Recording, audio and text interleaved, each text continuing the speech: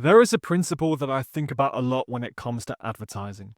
Now, Google found that 70% of an ad's ROI comes from the creative, and Nielsen says it's closer to around 50%, but either way, the research is fairly consistent. Creative quality is the single biggest lever in whether your ads work or not. Which means if you accept the Pareto principle, the 80-20 rule, creative here isn't just a lever. It's the thing that disproportionately determines your ads outcomes. So here's what I find the most interesting. If creative is where most of the value is created and AI is fundamentally a tool for accelerating production, then the obvious conclusion here is that whoever can produce the most high quality creative the fastest is going to win. Not whoever has the best media buyer, not whoever has the biggest budget, whoever can very simply generate, test, and iterate on creative faster than anyone else. And that is what I mean when I say, in my opinion, the future of advertising is AI creative engines.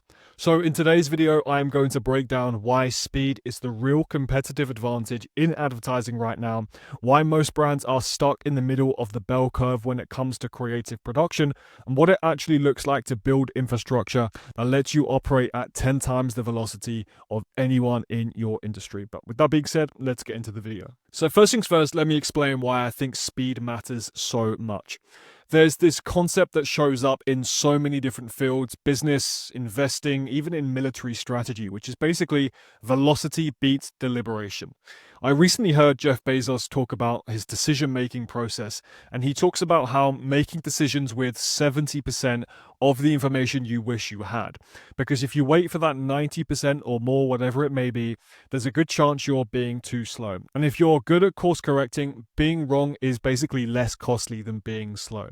If you think about it, back to the last decade, the Wright brothers built the first airplane, not because they were necessarily smarter than everyone else working on the problem, but because they built more prototypes. They iterated faster, they crashed more planes, and through that process, they ended up figuring out how to solve the problem before anyone else did. There's another quote that I heard and I quite like from Nassim Taleb, which says, "Knowledge gives you a little bit of an edge, but tinkering, the trial and error, is the equivalent of 1,000 IQ points." 1,000 IQ points, that right there, in his opinion, is the value of speed. Now, if you apply this to advertising, Meta's Andromeda algorithm update is basically designed to reward velocity. It takes millions of ads, it uses AI to basically predict which specific ad each specific individual person is most likely to respond to, and then it serves that to them. So the more creative inputs you give that algorithm, the better it will perform. The more diverse those inputs also are, the higher the quality of that matching process, which means you are going to be matching that content, that creative, with the audience that's more aligned with the type of person that you are basically trying to reach. And the faster you can refresh your creative, the less fatigue you have to basically deal with. So under the old system, the recommendation was to have no more than maybe 5, 6, sometimes up to 10 ads in an ad set, whereas now you have people running 20, 30 ads in that same ad set, because quite simply the system now is able to handle it. So the question then becomes, are you able to produce that volume? And this is where most brands hit the wall. They understand conceptually and intellectually that more creative means better performance, and they understand, of course, that speed matters, at least in theory.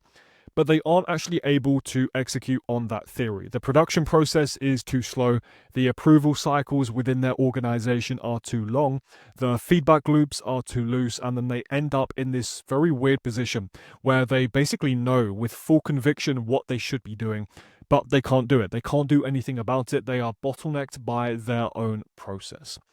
So if you're online, I'm sure you would have seen the bell curve meme, and in my opinion, this is one of the most accurate representations of how people approach problems, and especially when it comes to creative. So on the left side of that bell curve meme, you have the person with the lowest level of sophistication who just does the simple and obvious thing without overthinking it because they don't know any better. On the right side, you have the person with the high sophistication who also does that obvious thing, but it's because they've thought through all of the complexity and come back around to the conclusion that the simplest option is the best. The issue is in the middle, where you have everyone else who are basically paralyzed by analysis. They're trying to optimize every single individual variable. They never actually launch or ship anything. And this is something that I see constantly within the realms of advertising. The unsophisticated approach is just to basically make a bunch of ads, throw them up into your ad account, and just see what happens. The overcomplicated approach is spend weeks and weeks on the creative strategy, obsess over every single individual detail of the brief, go through multiple rounds of revision, and basically A/B test endlessly to the point where you are no longer committing to anything and you're just debating, whether this shade of blue is right for the target demographic or whether you need to slightly change the pixel on your static ad. The sophisticated approach on the far right of that bell curve is to make a lot of ads quickly, launch them as quickly as you can, and let the data tell you what's working, and then iterate fast from that without getting too attached to any of the individual creatives. Now, the bell curve, the middle of that bell curve is where the value gets destroyed, because that's where you find these teams that take weeks and weeks to produce one single batch of creative. You have these agencies charging these premium rates for strategic creative development and all these other buzzwords that no one really knows what it actually means.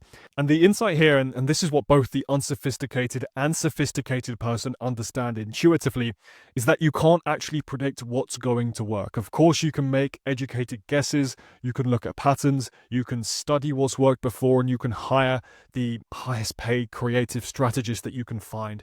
But at the end of the day, you're still operating in a very, very complex system with so many variables at play. And the only way to actually know what works is to essentially test it. So then the question becomes, how many tests are you able to run? If you can run 10 tests a month, then you will find winners eventually. If you can run 100 tests, then of course you will find more and you will find them faster. If you can test 1,000 tests a month, you are operating at a completely different level to everyone else. And that thesis, that philosophy, that argument right there sums up why AI creative engines are so effective. And it's not, just to make this very clear, because AI makes anything necessarily better than humans. It's not the fact that AI is necessarily cheaper, but it's the fact that AI allows you to test at a speed, at a velocity that was previously impossible. And testing at velocity is how you win. So what does that actually look like in practice? Well, top advertisers are producing hundreds and hundreds of new ads every single week. Not just slight tweaks or variations, but genuinely different concepts with different hooks, with different angles, with different emotional appeals.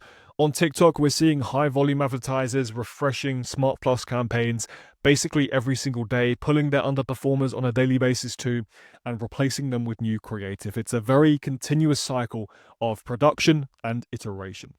So Meta's own data shows that at 4 repeated exposures, so if the frequency on your ad creative individually is around 4, the likelihood of that conversion taking place drops by just under 50%. So creative fatigue is very real, it happens very quickly, and the only solution is fresh creative, which then creates this very new competitive dynamic.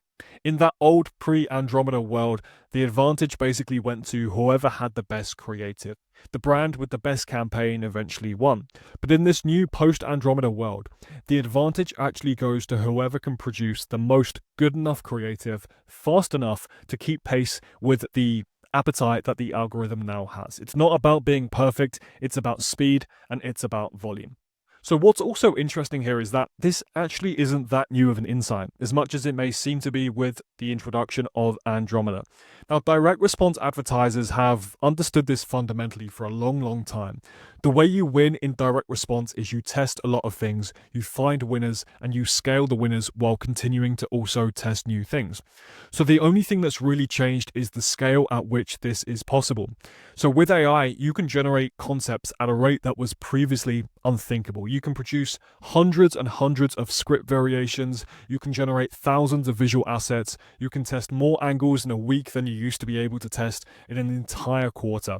So the brands that are building these AI creative engines, actual production infrastructure that leverages AI across ideation, the generation, the iteration, they are operating at 10 times the speed of brands that are still doing this manually. And because of course that speed compounds, because the more you test, the more you learn, and the more you learn, the better your future tests are because you have more data, the gap between fast and slow grows and widens exponentially over time.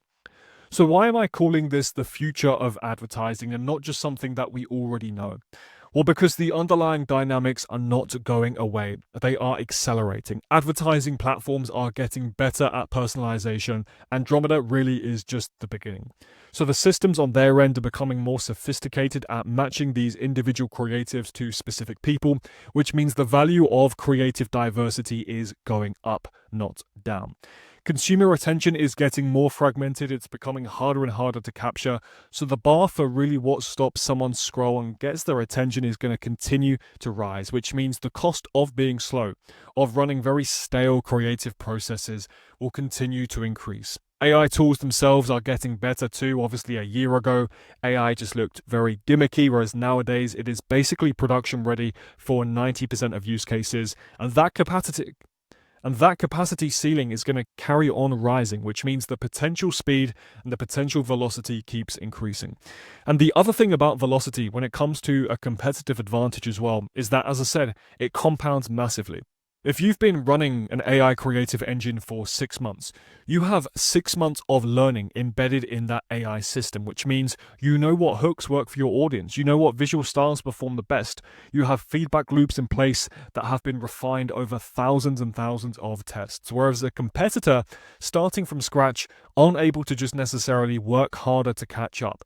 They have to build the same infrastructure, they have to run the same tests, accumulate the same learnings, and that ultimately takes time. And this is why I think AI creative engines aren't optional. They are going to be table stakes in a couple of months' time, and the brands that figure out this now, even if it's just imperfectly with V1 draft systems, whatever it may be, structurally, from an organizational perspective, are going to have a massive advantage. And that is very, very hard to replicate.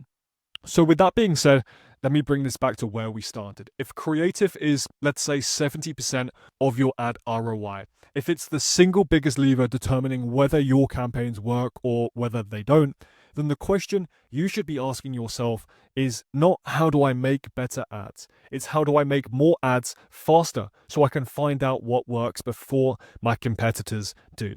Because you can't think your way to better creative with a better strategist. You can't hire a better team that just knows automatically, intuitively what's going to resonate.